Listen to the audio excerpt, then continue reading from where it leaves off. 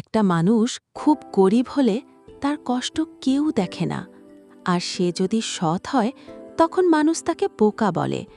কিন্তু আজকের গল্পটা একজন এমন মানুষের, যে গরিব ছিল, অসহায় ছিল, কিন্তু অসৎ হয়নি।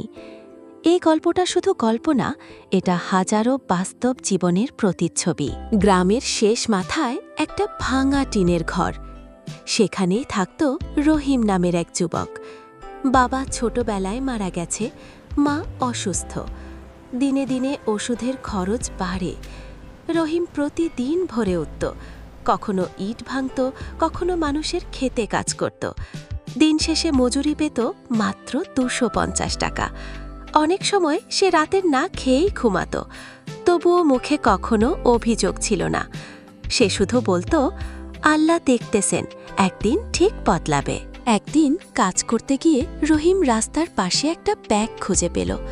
ব্যাগ খুলে দেখে ভেতরে আছে অনেক টাকা। তার হাত কাঁপতে লাগলো। এই টাকা হলে মায়ের চিকিৎসা হবে, ঘরের চাল ঠিক হবে, কষ্ট শেষ হয়ে যাবে। মনে মনে শয়তান বলল, কেউ তো দেখেনি, রেখে দে। কিন্তু রহিম চোখ বন্ধ করে বলল, এই টাকা আমার না, হারাম দিয়ে জীবন শুরু করতে চাই না। সে ব্যাগ নিয়ে সরাসরি থানায় চলে গেল। 2 দিন পর একজন বড় ব্যবসায়ী থানায় এলেন। ব্যাগটা তারই ছিল। ভেতরে ছিল ব্যবসার বড় অঙ্কের টাকা। ব্যবসায়ী রহিমকে জিজ্ঞেস করলেন, তুমি চাইলে এই টাকা রেখে দিতে পারতে, কেন করনি? রহিম মাথা নিচু করে বলল, স্যার, আমি গরিব, কিন্তু হারাম খেলে আমার মা কষ্ট পেত। ব্যবসায়ীর চোখ ভিজে গেল। তিনি বললেন, আজ থেকে তুমি আর একা না। তিনি রহিমকে তার অফিসে কাজের সুযোগ দিলেন।